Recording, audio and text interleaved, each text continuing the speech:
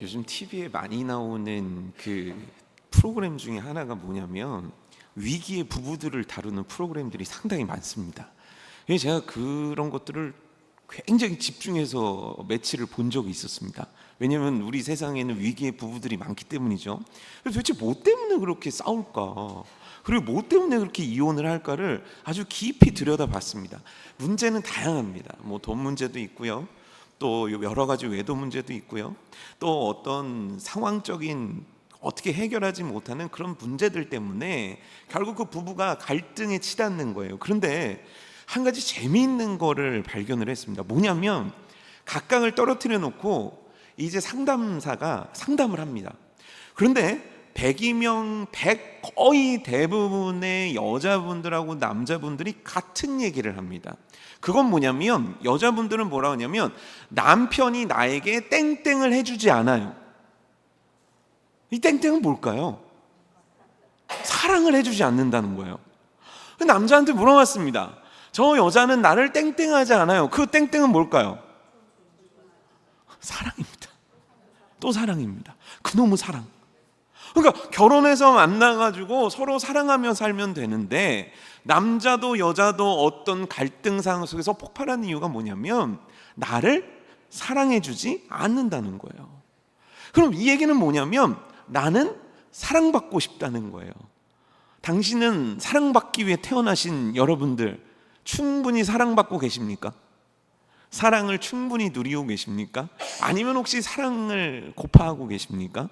그런 여러분들에게 희소식을 전달해 드리겠습니다. 사랑이신 하나님께서 여러분들을 사랑하고 계십니다. 억지 아멘이죠. 네, 억지 아멘인 것 같아요. 제가 소록도에서 이제 저희가 집회를 진행하는데 80 넘으신 그 장로님, 은퇴 장로님이 갑자기 설교 중에 오열을 막 하시는 겁니다. 그냥 눈물을 흘리는 게 아니라 엉엉 소리를 내면서 우시는 거예요.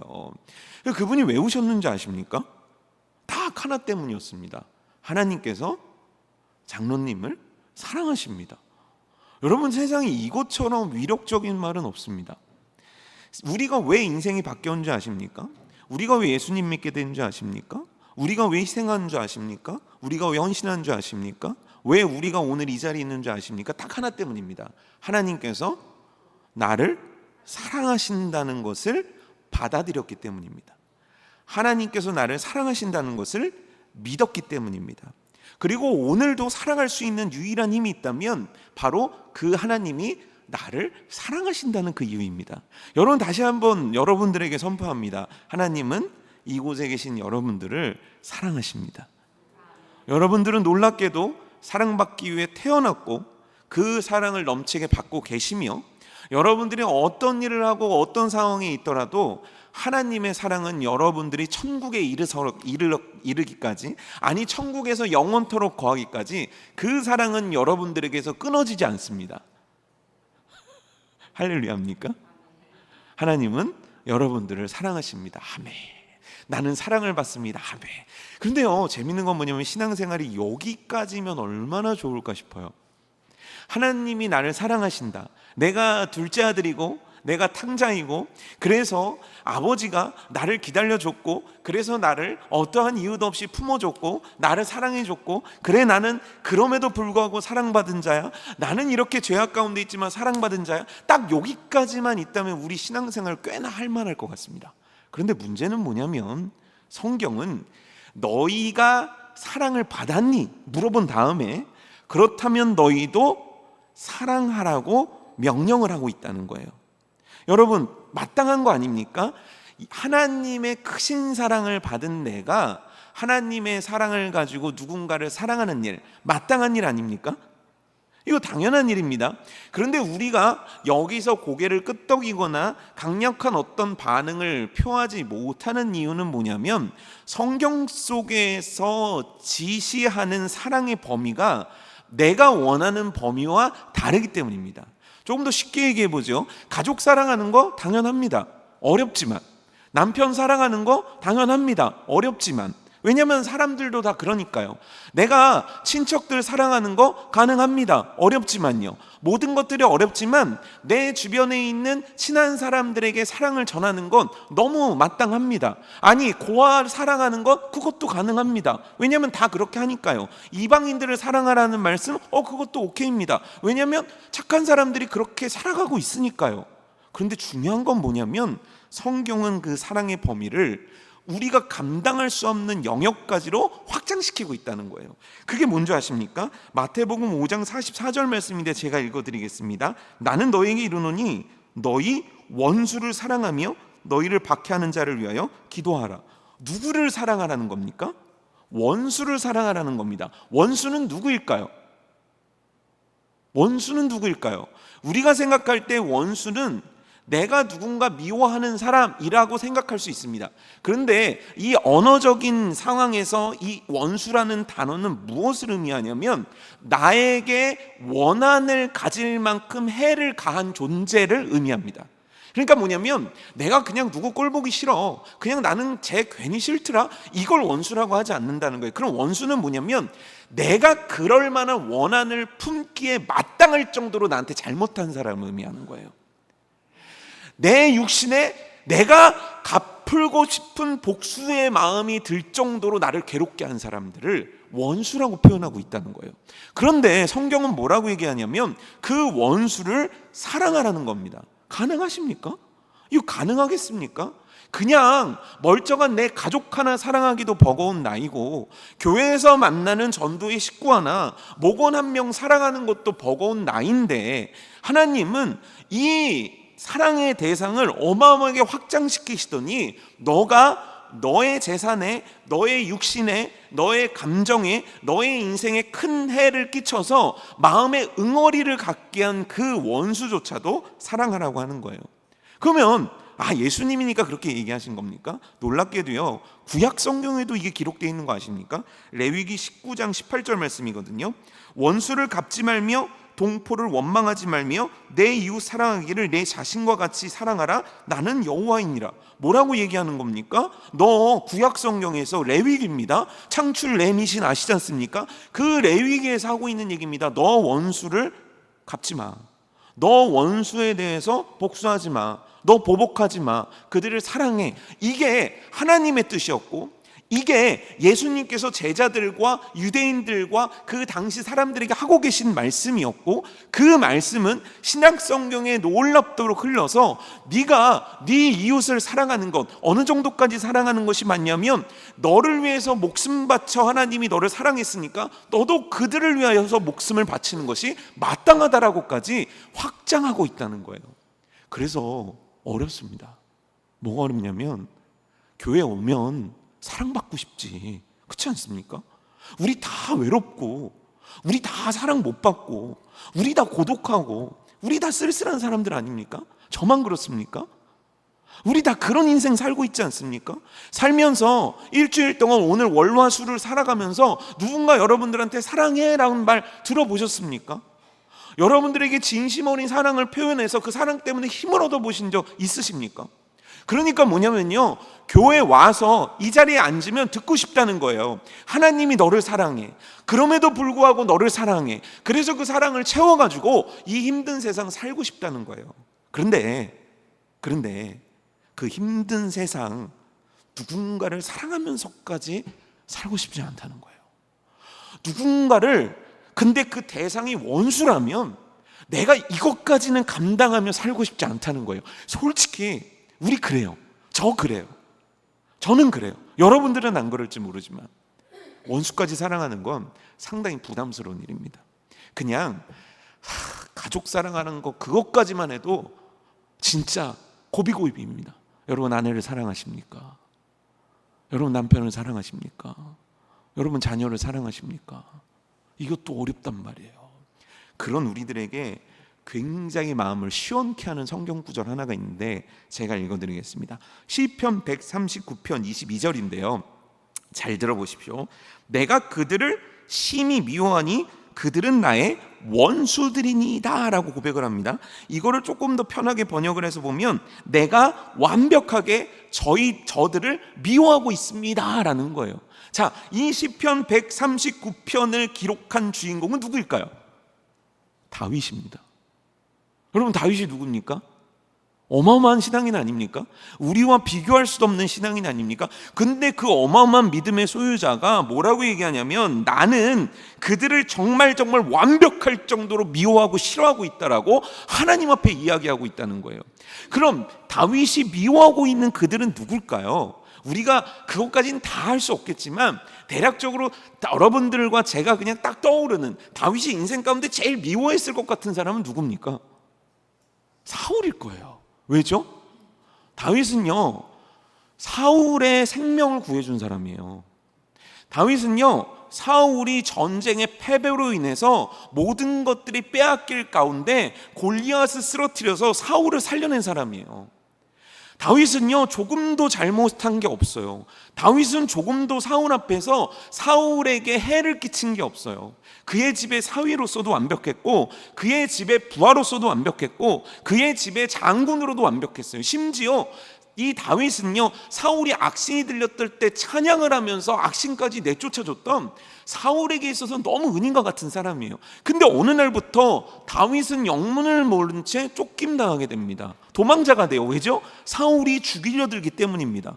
그래서 그 좁은 이스라엘 땅에서 요리조리 저리 피해 다니냐고 10수년의 인생을 허비한 게 다윗입니다. 얼마나 억울하겠습니까? 얼마나 분하겠습니까? 게다가 자기하고 결혼시켰던 아내는 다른 남자한테 줘버리고, 자기는 부모와 만나지도 못한 채 부모는 외국으로 추방되어 버리고. 그러니까 다윗에게 있어서 사울만 없다면 완벽할 정도로 좋았을 텐데, 왜 다윗의 인생이 어렵게 되었는가? 왜 다윗의 인생이 꼬였는가? 왜 다윗의 인생이 괴롭게 되었는가? 다 사울 때문이라는 거예요. 그런데 어느 날 다윗에게 희소식 하나가 들립니다. 그 희소식은 뭐냐면 사울이 죽었다는 소식이에요. 실제 다윗에겐 여러분들도 아시지만 사울을 죽일 수 있는 기회들이 있지 않았습니까? 근데 다윗이요, 여호와께 기름 부음 받은 자를 어떻게 내가 손으로 해야겠는가 해서 2번이나 사울을 죽일 수 있는 기회를 버린단 말이에요, 스스로가. 그래서 그 부하들 입장에서는 다윗이 얼마나 답답했겠어요. 그리고 다윗 입장에서는 도대체 내가 언제 왕이 될 건가. 그런데 가만히 다윗이 있는데 소식이 들려온 거예요. 사울이 죽었다. 그럼 여러분 어떤 마음이 드시겠습니까? 우리 솔직하게 얘기해 봅시다. 사울이 죽었대. 눈물 흘리실 분 계십니까? 여러분들이 다윗이라면 속으로 표시는 못해도 내심 꼬습지 않겠습니까? 저는요, 제가 다윗이라면 이랬을 것 같아요. 사울이 죽었다는 얘기를 듣자마자 마음에 행복이 가득했을 것 같아요. 사울이 죽었다는 건 더 이상 중요한 게 아니라 내가 드디어 왕이 될 수 있잖아요. 그러니까 뭔가 들떴을 것 같아요. 되게 기분이 좋았을 것 같아요. 크리스천으로 감춰야죠. 어떻게 그럴 수는 있겠어요. 하지만 마음 너무너무 행복하고 기뻤을 것 같아요. 근데요, 사무엘하 1장 22절 25절을 쫙 읽어보면 여기에 어떤 대목이 있냐면요, 사울과 요나단이 죽고 나서 다윗이 노래를 지어 부르거든요. 가사를 들어보십시오. 사울과 요나단이 생전에 사랑스럽고 아름다운 자이러니. 뭐라고 표현하는 겁니까? 사울에 대해서 그는 사랑스러웠고 그는 아름다웠다는 거예요. 여러분, 이런 표현할 수 있겠습니까? 다윗은 지금 굉장히 정치적인 사람입니까? 그래서 남들이 보기 때문에 뭔가 나는 사울의 죽음을 애도해야 되니까 억지로 지금 시 하나 적어가지고 사람들한테 읊어주는 겁니까? 만약 그렇다면 하나님께서는 이 대목을 성경에 기록해 놓지 않으셨을 겁니다. 왜냐하면 다윗의 거짓 때문이니까요. 그런데 성경은 이걸 기록했다는 거예요. 왜죠? 진짜 다윗이 애통해하고 비통해했기 때문이에요. 왜죠? 그가 사랑스럽고 그가 아름다운데 그가 떠났구나, 이 얼마나 가슴 아픈고 진심으로 그는 슬퍼했기 때문이에요. 그리고요, 놀라운 건 뭐냐면 사울을 죽였던, 사울의 부탁에 의해서 사울에게 손에 몸을 대서 칼로 죽였던 그 자가 와서 사울이 죽었음을 고할 때 다윗은요, 그를 죽입니다. 너가 어떻게 여호와께 기름 부음 받은 그 소중한 사울을 죽일 수 있냐면서 말입니다. 사실 우리 입장에서 어떻게 했습니까? 그가 영웅 아닙니까? 너 잘했다. 내가 죽여야 되는데 네가 죽여줬으니까 얼마나 고마운지 몰라. 그에게 상이라도 줘야 되는 거 아니냐는 거예요. 근데 다윗은 아까는 분명히 막 분노를 표출하는 것 같았고 그 원수를 난 용서할 수 없습니다라고 얘기한 것 같았는데 막상 사울이 죽었을 때 다윗은 사울을 사랑하고 있었다라는 거예요. 도대체 이걸 어떻게 받아들이면 좋겠습니까? 미워했다가 용서가 된 걸까요? 아니면 그의 마음이 풀어졌을까요? 이제 더 이상 미워해야 할 필요가 없기 때문일까요? 사실요, 성경은 지속적으로 우리들에게 얘기하고 있는 게 있어요. 너 원수를 사랑하라는 거예요. 근데요, 성경 안에 있는 세계관 속에서요, 원수를 사랑하는 건 참으로 바보 같은 짓입니다. 여러분, 옛날에 영화, 여기서 이제 한 5, 60대 이상 되시는 분들은 그런 영화 보셨을 텐데 어떤 주인공 한 명이 하얀색 한복을 입고 도복을 입고 나타난단 말이에요. 그러더니 칼집에서 칼을 촥 빼어듭니다.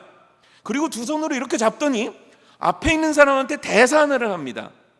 뭐라고 할까요? 내 부모를 죽인 원수를 갚으러 왔다는 거예요. 여러분, 이런 드라마 보신 적 있으십니까? 이런 영화 보신 적 있으십니까? 이런 소설 읽어보신 적 있으십니까? 전 세계 모든 작품 속에 빠지지 않는 게 있다면 바로 복수입니다. 전 세계 모든 역사 가운데 빠질 수 없는 게 있다면 복수입니다. 설령 내가 해가 되더라도 복수를 해야 됩니다. 그게 우리가 살고 있는 이 동양권의 세계관이기도 하지만 이게요, 부모의 원수를 위해서 나를 희생하는 것이 마땅한 것이 우리 동양권인데 이것뿐만 아니라 근동사회로 뻗어나가면요, 근동사회에서 누군가 나를 해했을 때 참는 건요, 바보 멍청이들이 나는 짓이에요. 그래서 그 당시에 이 복수의 개념을 가장 합리적으로 나타나고 가장 우리들에게 직설적으로 표현한 게 뭡니까? 눈은 뭐로 갚으래요? 이는요? 누굴 죽이면 뭐로 하래요? 너도 죽이라는 거예요.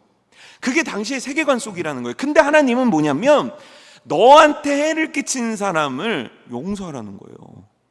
네 마음에 응어리가 지게 한 사람을 사랑하라는 거예요. 그러니까 그 당시의 개념으로도 너무 어렵지만 지금의 개념으로도 너무너무 힘든 게 이 말씀이라는 거예요. 제가 예를 하나 들어볼게요.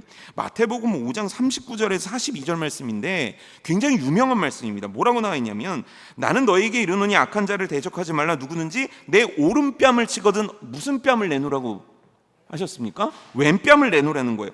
너를 고발하여 속옷을 갖고자 하는 자에게 뭐까지 주라는 겁니까? 겉옷까지 주라는 겁니다. 그리고 오리를 가게 하라든 맹리를 가라고 합니까? 심리를 가라고 하는 겁니다. 자, 이 말씀 들으면 그렇지, 크리스천은 이렇게 살아야지 모두가 공감합니다. 그래서 예를 들어서 어떤 청년이 이와 같이 살고 이와 같이 희생하고 이와 같이 헌신하면 여러분들은 그 청년에 대해서 뭐라고 얘기하시겠습니까? 훌륭하다 하시겠습니까? 이 못난 놈 하시겠습니까? 훌륭하다 하겠죠. 훌륭하다 하겠죠. 그래서 이 질문을요, 제가 커피 브레이크 때 했습니다. 자, 만약에 여러분들의 자녀가 밖에 나가서 오리를 가자고 했는데 심리를 가서 왔습니다. 당신의 자녀가 왼쪽 뺨을 맞는데 오른쪽 뺨도 맞고 왔습니다. 당신의 자녀가 속옷을 달라는 사람한테 겉옷도 주었습니다. 자, 자녀를 칭찬하시겠습니까? 나무라시겠습니까? 솔직하게 얘기해 보세요. 이게 남이면, 예를 들어서 소록도의 오동찬 선생님이면 박수 쳐요. 내 자식이 오동찬 선생님처럼 살면요, 되겠습니까? 되겠습니까? 그러니까요, 원수를 사랑한다는 건요, 이게 여러분 생각만큼 쉬운 게 아닙니다. 아니, 절대적으로 불가능한 일일 수 있습니다. 이렇게 살아가는 사람에게 박수를 보내고 그래 맞아 라고는 할 수 있지만 내가 그렇게 산다는 건 진짜 어려운 일이에요. 근데 성경은 우리들에게 잔인할 정도로 우리들의 이 연약한 삶을 꿰뚫면서 하는 얘기입니다. 너 원수를 사랑해라. 네가 사랑할 수 있는 사람을 사랑하는 건 이방인들을 그렇게 사랑하는 거 아니니? 너 원수를 사랑하는 것이 크리스천이다. 너 원수를 사랑하는 것이 믿는 자이다. 너 원수까지라도 사랑하는 것이 진짜 그리스도의 사랑을 품은 자이다라고 우리들에게 반복적으로 얘기하는 거예요. 그래서요, 이 말씀을 들은 유대인들은요, 구약 성경부터 원수를 사랑하라고 배워온 유대인들은요, 괴로운 거예요. 그래서 이들이 기가 막히게 머리 하나를 씁니다. 뭐냐면, 그래요, 좋습니다. 고아도 도와야 되고 이방인도 도와야 되고 내 형제도 사랑해야 되고 내 부모 말에도 공경해야 되며 사랑하는 건 마땅합니다. 그런데요, 하나님 잘 보십시오. 저 세리는 사랑할 수 없습니다. 저 창녀는 사랑할 수 없습니다. 저 병든 자는 사랑할 수 없습니다. 저 날 때부터 소경된 자는 사랑할 수 없습니다.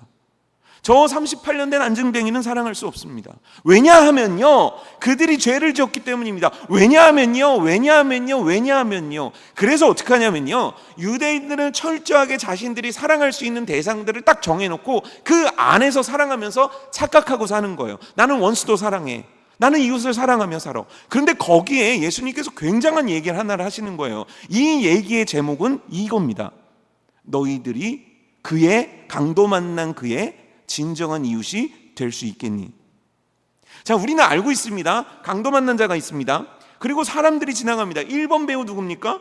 제사장입니다. 2번 배우는 누굽니까? 레위인입니다. 3번 배우는 누굽니까? 사마리아인입니다. 자, 여기까지로 하고 우리가 아무 결론도 모르는 사람이라고 칩시다. 자, 여러분들 생각에는 자, 1, 2, 3번 중에서 누가 이 강도 만난 자의 이웃이 되어줄 만한 사람입니까? 당연히 제사장 1번일 거고 2번이 레위인일 겁니다. 하지만 3번은 안 됩니다. 왜죠? 사마리아인은 개니까요. 사랑받아선 안 되는 사람이니까요. 근데 예수님이 뭐라고 말씀하십니까? 1번도 지나가고 2번도 지나갔다. 결국 그를 사랑한 건 3번 사마리아인이었다. 자, 이 강도 만난 자의 이웃은 누가 될 수 있겠니? 묻고 계신 거예요. 이 얘기가 무엇을 뜻하는 겁니까? 너네들 왜 말씀대로 사랑하지 않니? 너희들 왜 딱 정해놓고 너희들이 사랑할 수 있는 사람만 사랑하며 사니? 왜 너희들 그리스도의 사랑을 받았다면서 왜 이렇게 거짓되게 사니? 하나님, 예수님께서는 이들에게 이걸 지적하고 계신 거예요. 그런데 성경을 보게 되면 이 사마리아인이요, 강도 만난 이웃을 보고요 다가가잖아요. 그리고 그를 구해주잖아요. 그 동기가 적혀 있습니다. 그게 뭔지 아십니까? 그를 불쌍히 여겼다는 거예요. 성경은 그래서 이와 같이 얘기하는 겁니다. 그를 불쌍히 여기며 도와주라는 거예요. 너가 원수처럼 생각하는 사마리아인이랄지라도, 너가 정말 더럽다고 생각하는 창녀일지라도, 세리일지라도 그를 불쌍히 여겨 사랑하는 것이 너희들의 마땅한 삶이라고 얘기하고 있는 거예요. 요한 1서 말씀이잖아요. 3장 16절. 그가 우리를 위하여 목숨을 버리셨으니 우리가 이로써 사랑을 알고 우리도 형제를 위하여 목숨을 버리는 것이 마땅하니라. 여러분, 여기까지 어떻습니까? 공감이 되십니까? 제가 소록도에 갔는데 소록도에 재밌는 얘기를 들었어요. 소록도에는요, 크게 세 가지 종교가 있습니다. 첫 번째는 우리가 믿는 개신교고요. 두 번째는 천주교입니다. 그리고 놀랍게도 세 번째는 원불교 회당이 있습니다. 그래서 제가 물어봤습니다. 종교 비율에 대해서 물어보니까요, 개신교가 80%예요. 카톨릭은 20%입니다. 원불교는요, 어느 날 개신교하고 천주교만 있는 소록도에 갑자기 오더니 왜 원불교를 포교하지 못하냐고 들어왔대요. 그리고 원불교 회당을 크게 짓고 나서 열심히 포교를 했대요. 그래서 성도가 몇 명이냐면 그분 혼자래요. 아무도 안 간대요. 근데 생각을 해보십시오. 조선 팔도 대한민국 어느 땅에 100% 크리스천들이 존재하는 곳이 있습니까? 100% 크리스천들이 온 마을을 차지하고 있는 동네가 있습니까? 죄송하지만 제가 알기로는 없습니다. 전 세계 어느 곳에 100% 믿는 사람만 모인 마을이 있습니까?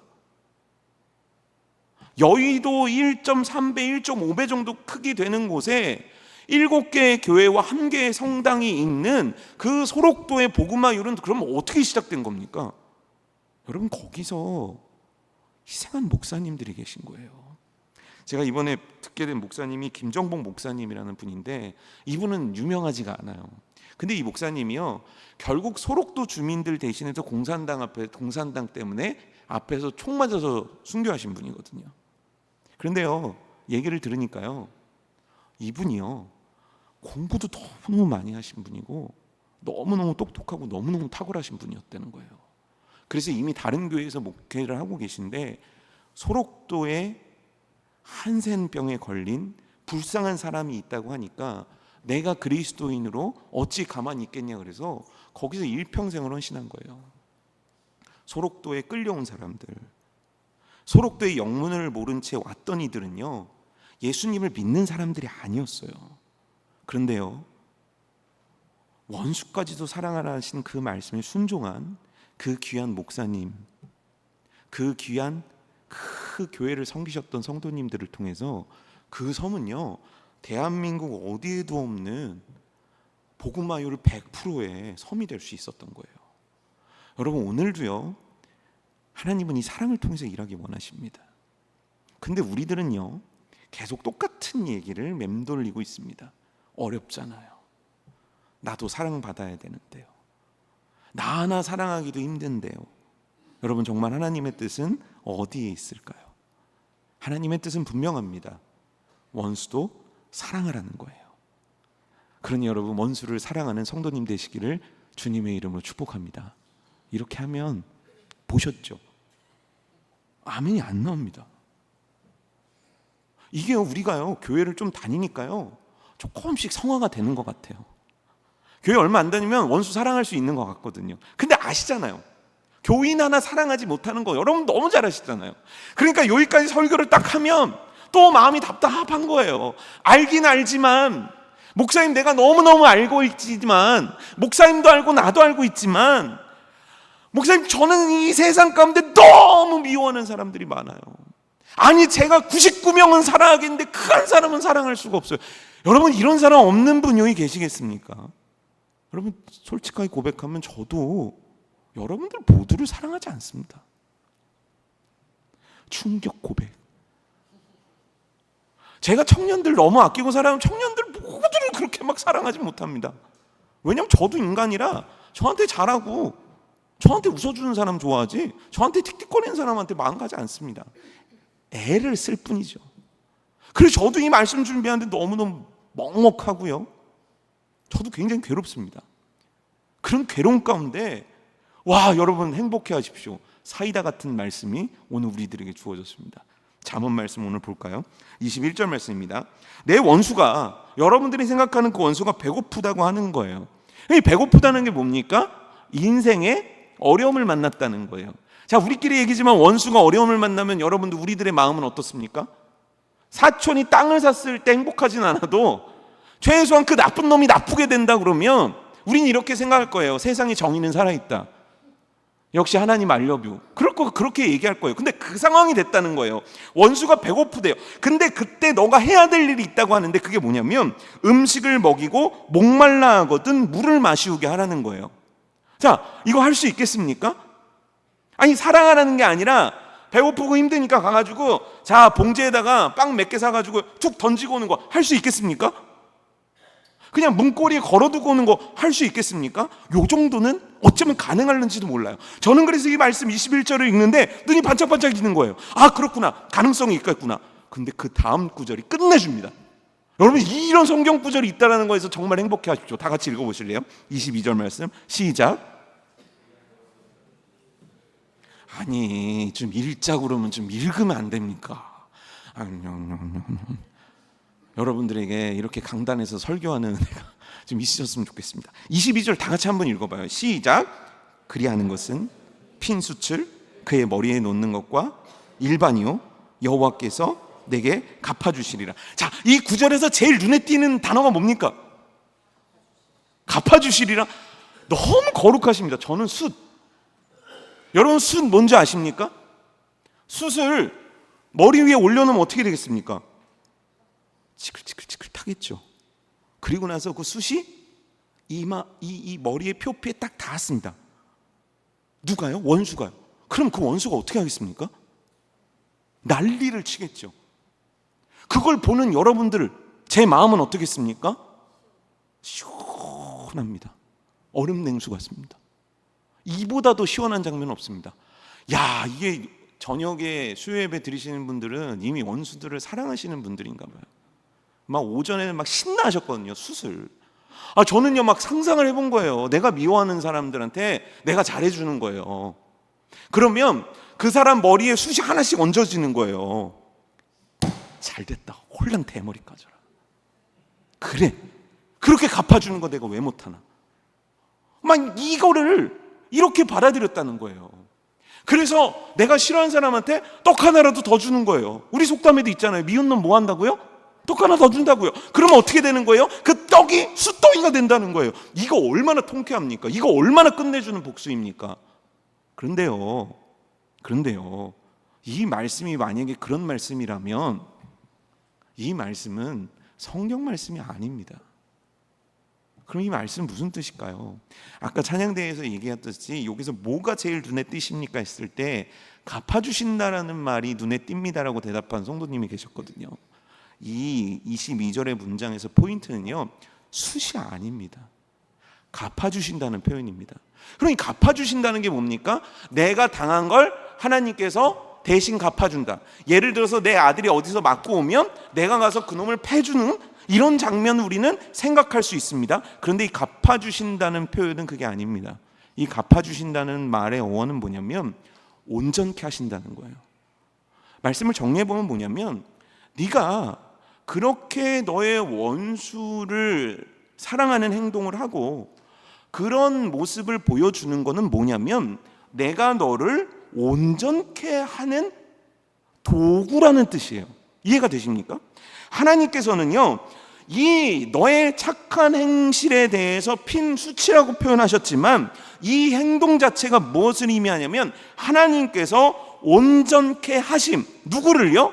누구를 온전케 하십니까? 그를 온전케 하십니까? 나를 온전케 하십니까? 첫 번째는 나를 온전케 하신다는 거예요. 하나님은요, 내가 원수를 갚는 것을 통해 나에게 온전함을 주시는 분이 아니라는 거예요. 그렇게 복수하면 시원하죠. 그렇게 복수하면 통쾌합니다. 하지만 그건 하나님이 누군가를 온전케 하시는 방법이 아니라는 거예요. 누군가를 온전하게 만드시는 하나님의 방법은 뭐냐면 배고파하거든 물을 주고 마실 거 배고파하거든 물을 주면 나쁜 놈인가요? 배고파하거든 떡을 주고 목말라 할 때 물을 주는 것이 하나님께서 온전함을 나의 온전함을 이루어가는 통로라는 거예요. 예를 들어볼게요. 다윗이라는 사람이 있습니다. 아까도 말씀드렸지만 다윗에게는 결정적으로 복수할 수 있는 기회들이 있었습니다. 그런데 그때 다윗은 칼을 뽑지 않습니다. 여호와께서 기름 부음 받은 자라는 그 말씀을 지키기 위함입니다. 하지만 그때 다윗의 손이 어땠을까요? 부들부들 떨리지 않았겠습니까? 제가 다윗이라면 타도 사울, 어떻게든 사울을 죽이기 위해서 유다 족속하고 접촉도 할 수 있었을 거고 이방 민족들과 접촉도 하면서 수많은 방법들을 만들어낼 수 있었을 거예요. 근데 다윗은 그렇게 하지 않습니다. 더 정확하게 얘기하면 하나님은 다윗의 손으로 사울의 원수를 갚는 것을 허락치 않고 계시다는 거예요. 다윗으로 하여금 끊임없이 도망치게 하고 다윗으로 하여금 답답한 사람을 만들고 다윗으로 하여금 멍청한 사람으로 만들고 다윗으로 하여금 무책임한 사람을 만드는 것 같아 보이지만 다윗이 그렇게 함으로 말미암아 얻은 게 뭐냐면 그 스스로가 온전하게 됐다는 거예요. 더 이상 손에 피를 묻히지 않아요. 피가 피를 부르는 보복 속에 그가 빨려 들어가지 않아요. 왜요? 하나님께서 그의 칼을 뽑지 않도록 해주셨기 때문이에요. 이해되십니까? 근데 만약에요, 다윗의 칼을 뽑고 칼로서 이 문제를 해결한다고 하면 여러분 다윗의 인생 자체가 어떻게 되겠습니까? 다윗이 왕이 되면 행복해지겠습니까? 그는 정말 통일 이스라엘을 끌 수 있는 완벽한 군주가 될 수 있겠습니까? 아니에요. 그럴 수 없습니다. 여러분 우리가요, 원수를 사랑하는 건 참 고통스러운 과정입니다. 참 힘든 과정이라는 거 알겠습니다. 그러나 이 과정을 통해서요, 하나님은 다윗을 완벽하게 지키시는 거예요. 완벽하게 보호하시는 거예요. 이삭은 어떻습니까? 어느 날 이삭이 잘 먹고 잘 살고 있는데 어마어마한 부유함을 자랑하고 있는데 이방 민족, 가나안 민족들이 와서 이삭 보고 나가라고 그럽니다. 근데요, 우리가 생각하듯이 그냥 집 나가 이게 아니라 어마어마한 식소를 거느리고 그 우물을 기반으로 해서 그 경제 활동을 하고 있는 이삭에게 이걸 버리고 나가라는 겁니다. 그러면 생각나야 돼요. 뭘 생각나야 되냐면 다음 우물은 어디에 있나? 이삭에게 우물을 줄 사람이 있는가? 그렇다면 이 많은 재산을 가지고 이삭은 무엇을 할 수 있는가? 여러분, 이거 양보하고 양보하지 않고의 문제가 아니라 이삭의 생존에 관련된 문제입니다. 근데 하나님의 뜻은 뭡니까? 그거 두고 떠나라는 거예요. 근데요, 그때 중요한 건 뭐냐면 이삭에게는 충분한 군대가 있었습니다.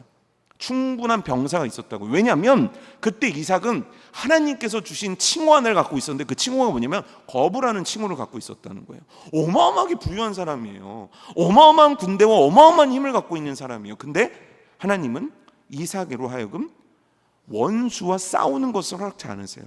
그럼요, 원수를 피해 도망가는 그림을 연출하게 하십니다. 그러면 그가 우물을 두고 떠났을 때 그의 부하들은 이삭에게 뭐라고 얘기했겠습니까? 아까와 같이 눈은 눈, 이는 이, 피는 피의 세계관 속에서요. 그리고 온 가나안 족속들은 이삭에 대해서 뭐라고 얘기했겠습니까? 얼마나 비웃음 당했겠습니까? 그런데요, 이삭은요 절대 원수를 갚지 않습니다. 그랬더니 어떻게 됩니까? 하나님께서는 그를 지키십니다. 믿음의 조상으로 이어갈 수 있도록 그를 지키십니다. 그의 재산을 지키십니다. 그의 미래를 지키십니다. 더 위대한 건 뭐냐면 그를 통해 이루실 하나님의 나라를 지켜내십니다. 이게 원수를 갚지 않는 하나님의 온전케 되시는 은혜인 거예요. 요셉은 어떻습니까? 여러분들이 요셉 입장이라면 어떨까요? 형들이 나를 팔았어. 근데 형들이 내 앞에 나타났어. 그럼 어떻게 하시겠습니까? 부들부들 떨리지 않겠습니까? 놀랍게도요, 우리들의 원수는 10년 전이든 20년 전이든 30년 전이든 상관없거든요. 마치 그때로 나를 돌아가게 만드는 힘이 있거든요. 그러니까요, 이삭 입장에서는 분노가 치밀어 오르지 않습니까? 근데 저러의 기회가 온 거예요. 어떤 기회가 왔습니까? 아버지가 돌아가신 거예요. 그러니까요, 형제들이 바짝 엎드리기 시작하는 겁니다. 왜냐하면 그동안은 아버지 때문에 우리를 지켜줬지만 아버지가 없으니까 요셉은 우리에게 해를 가할 거야 라고 그들이 그렇게 믿고 있었다는 거예요. 근데 요셉 어떡합니까? 당신들 내가 보존하겠습니다. 지켜주겠습니다. 이건 다 하나님의 뜻이었습니다. 뭡니까? 악을 악으로 갚지 않고 원수를 원수로 갚지 않는 거예요. 그래서 어떻게 됩니까? 그들을 통해 200만이라는 민족으로 하나님의 계획이 이루어지지 않습니까?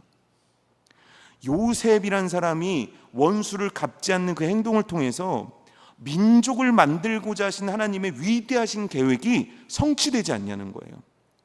여러분, 이거는요 오늘 우리에게도 마찬가지라는 거예요. 내가 원수를 갚는다고 합시다. 속이 얼마나 시원하겠습니까? 욕을 욕으로 갚을 때 얼마나 마음속이 후련하겠습니까? 그런데요, 결국 다치는 건 누굽니까? 마음 시원하면서 나는 아무것도 안 다칠 수 있습니까? 결국 그렇게 하면서 내가 악을 갚기 시작하면서 내가 속한 곳은 어떻게 되어지겠습니까? 내가 속한 곳에 하나님 나라가 이루어질 수 있겠습니까?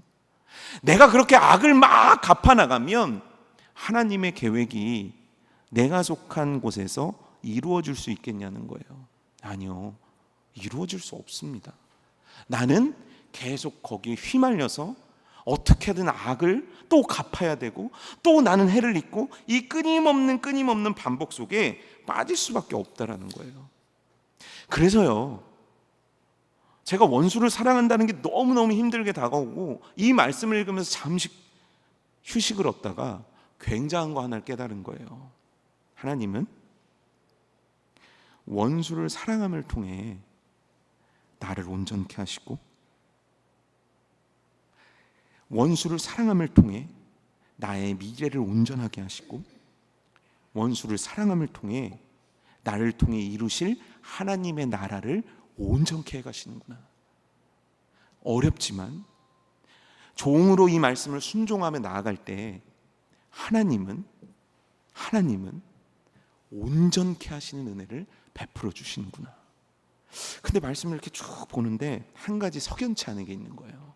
뭐냐면 나를 온전케 하셔서 그래, 이건 좋은데 그래도 우리들의 마음속에 뭐가 있냐면 쟤도 좀 알아야 되는데, 그런 거 있지 않습니까?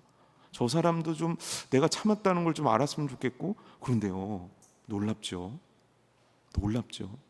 이삭이 그렇게 복수 대신에 사랑을 택하고 온유를 택하여 도망가는 액션을 취하고, 그런 상황 속에 또 언제든지 도망갈 수 있는 상황에 놓여져 있을 때 어떤 일이 일어나는 줄 아십니까? 이삭을 몰아내고자 했던 자들이 다 옵니다. 그리고 그 자리에서 이삭에게 용서를 구하면서 이들이 뭐라고 고백하는 줄 아십니까? 당신의 하나님이 살아계십니다. 당신의 하나님이 일하십니다. 당신의 하나님이 역사하십니다. 이걸 그 이방인들의 입을 통해서 고백하게 하신다는 거예요. 결국요, 굉장히 원수를 사랑하라는 그 과정, 배고플 때 빵 주고 목마를 때 물을 주는 과정은요, 내게 고통스럽지만 결국 최종적으로 어떤 결과를 얻게 하냐면, 하나님 그분이 이 비천한 자를 통해서 영광 받으시는 모습을 만들어낼 수 있다는 겁니다. 사랑하는 성도 여러분, 쉬워서 말씀하셨겠습니까? 만만해서 말씀하셨겠습니까? 그럼에도 말씀하신 이유는 뭐냐면, 하나님께서 원수를 사랑함을 통해 이루고 싶은 일들이 너무 많기 때문이고, 원수를 사랑함을 통해 우리에게 주고 싶은 게 너무 많으시기 때문이에요. 먼저는 이걸 믿어드리는 오늘 밤 되기를 주님의 이름으로 축복합니다. 그리고 힘들지만 나에게 해를 가하는 사람에게 해로 갚으려는 것이 아니라 멈추어 하나님의 온전함을 기대함으로 한 걸음 또 천천히 갈 수 있는 우리가 되기를 주님의 이름으로 축복합니다. 제가 곰곰이 이제 묵상을 하는데 다윗 생각을 한 거예요. 아까 시편에서도 얘기했잖아요. 사실 다윗 시편을 보신 분들은 아시겠지만 다윗이요, 와, 진짜 말을 엄청 세게 합니다. 엄청 세게 해요. 그게 전부 다 자기의 억울함과 자기의 고통스러움, 그걸 그렇게 자기를 고통스럽게 한 사람에 대해서 원망을 표현하고요, 막 갚아달라고 하나님 앞에 막 호소하는 시도 얼마나 많은지 몰라요. 그런데 어떻게 진짜 자기의 원수가 죽었을 때 그는 정말 애통할 수 있었을까? 전 이게 너무 궁금한 거예요. 이게 정말 궁금한 거예요. 그러다 깨달았습니다. 한 번, 두 번, 1년, 2년, 다윗이 원수를 갚지 않는 과정 속에서 원수를 내가 갚는 것이 아니란 하나님의 뜻을 깨닫는 그 수많은 것들이 겹겹이 쌓이면서 비로소 그는 원수를 사랑하는 자가 되었구나. 진심으로 사울이란 자를 이해하고 사랑할 수 있는 자가 되었구나. 이 과정을 통해 하나님은 이 다윗이란 자를 온전하게 만들어가고 계셨구나. 제가 이게 깨달아지더라고요. 여러분, 우리는 쉽지 않습니다. 정말 쉽지 않습니다. 하지만 쉽지 않다고 안 할 수 있는 자격이 없습니다. 그의 사랑을 받았기 때문이고 그의 종이기 때문입니다. 우리들에게 주어진 선택지는 그의 말씀을 따르는가 따르지 않는가 두 개밖에 없기 때문입니다. 쉽지 않겠지만, 오늘의 문제 때문에 고통스러우시겠지만 원수 사랑하기를 시작하는, 온전케 하시는 주님을 기대하는 오늘 밤 되기를 주님의 이름으로 축복합니다.